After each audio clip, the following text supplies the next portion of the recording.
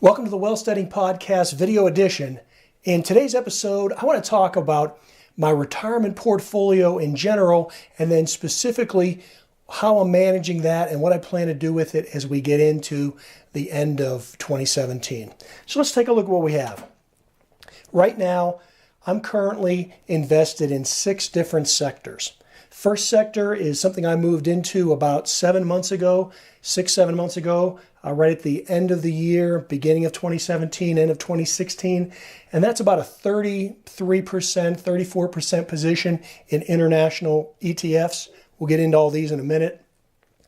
My next largest position is something that I've been in for a while, but I've recently added to it to get it up above 20%. And that's what I call contrarian value positions. That's really kind of a dogs of the Dow, quality blue chip, dividend paying stocks. The other area is speculation. I've been in this for a long time, but you can see I only have about 10, 11% of my portfolio in that. I generally never exceed speculative investments more than that much of my portfolio. And then banking is something I've recently gotten into.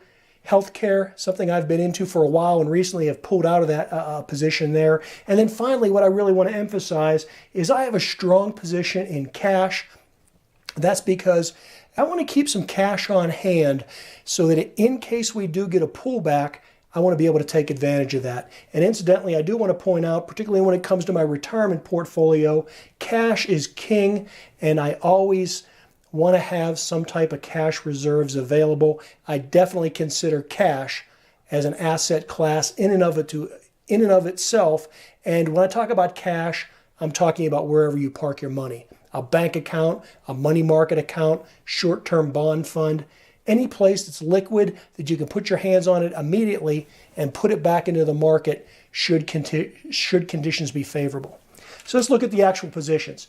33% in international. I moved into these, as I said, the beginning of this year, the end of last year. I won't go over all these positions, but you'll be able to zoom in on them later on if you're interested. Basically everything from emerging markets and general global markets to specific places like Ireland, Malaysia, Mexico.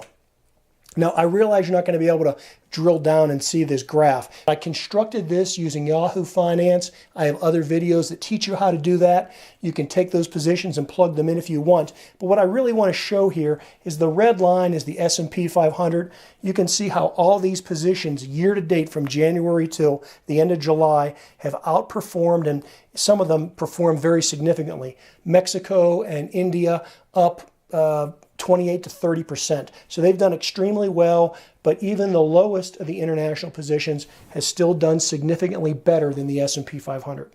I may trim some of these a little bit. For example, I may pull back on my Indian ETF because it's done so well.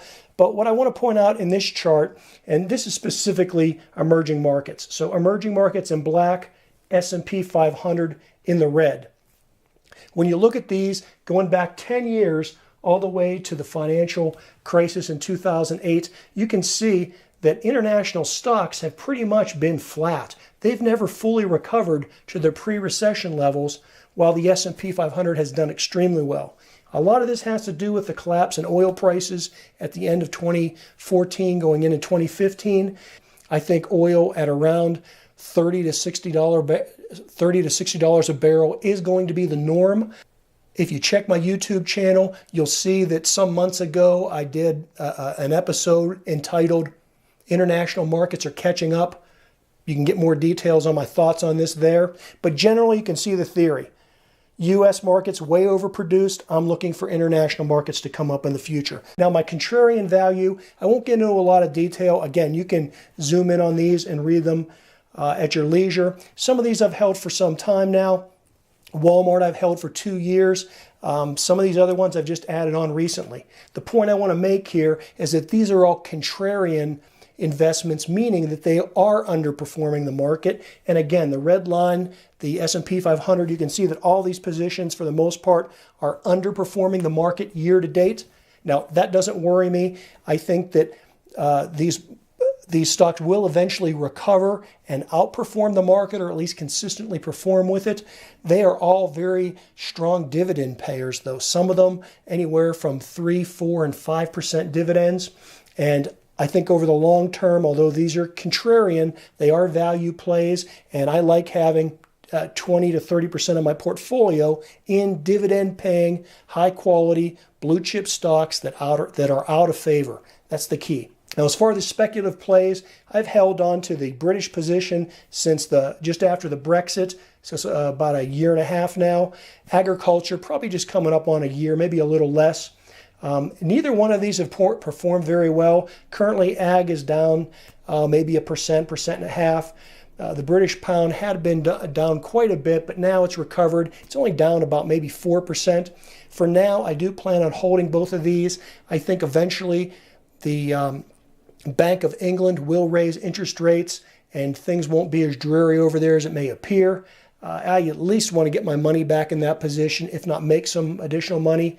The agricultural commodities have been in a downturn for probably 5-6 years now, and I thought that this year they would be reversing with the different patterns we're having, not only in the commodities market, but also with the issues with weather. That hasn't panned out yet.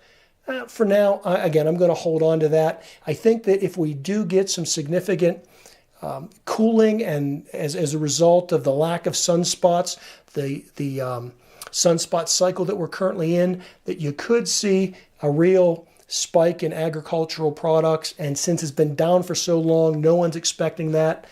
I'll see if I can wait that long, but that's my thesis there. As far as my positions in banking, I have recently, in just the last month or so, added 2 positions. This is a little bit misleading, though. It says it's only 6% of my portfolio. If you look at a lot of those international ETFs, they are invested in international bank stocks. So my overall exposure to finance and banking is actually larger than 6%, but this is where I'm at so far with U.S. stocks. I went with these 2 because I believe they're the leaders. I think they're going to benefit from blockchain and other technologies out there. So far, Goldman Sachs up about 4%.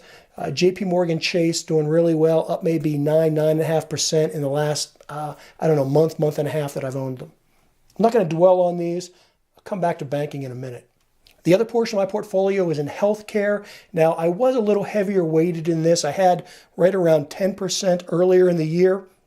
But just over the last couple weeks, one of the ETFs that I was in, IRY, was shut down by iShares. It's a BlackRock fund, and they liquidated that fund just because it wasn't profitable to them. So they closed out. I came out of that with about a 12% profit. I'm happy with that. I'll probably be taking that money and either reinvesting it back in another ETF like VHT, or maybe even getting into some additional medical stocks. But the medical industry overall has been underperforming the general S&P 500 for about 2 years. This is year to date. You can see how it has done better against the S&P in the past 6 months. I expect that trend to continue. Now, as far as my strategy going in through the back half of this year, I plan to maybe trim that international position a little bit, possibly India, but probably going to hold most things there. Contrarian position, I will probably add to it if I can find good quality, highly liquid, blue chip American stocks that pay a dividend that are out of favor. You may see me add some positions there. Speculation, holding steady with that, no changes. As far as banking, I will probably also add some positions there or some banking ETFs. Healthcare, most likely, again, I will reinvest at least to get that up to 10% or more of my portfolio.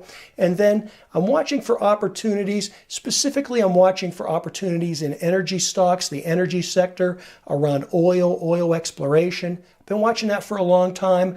I was looking for oil to get closer to $40 a barrel before I buy in. Right now it's bounced back up and it's around $49. I don't expect that to hold. So if oil gets down to 40 or less than that a barrel, you'll probably see me getting into the energy sector. And so there you have it. There's my portfolio going forward through the rest of the year. As always, if you have any questions, please leave comments down below. If you'd like to get additional information, listen to the full audio version of the Wealthsteading podcast. Until the next episode, this is John Pugliano wishing you the very best returns.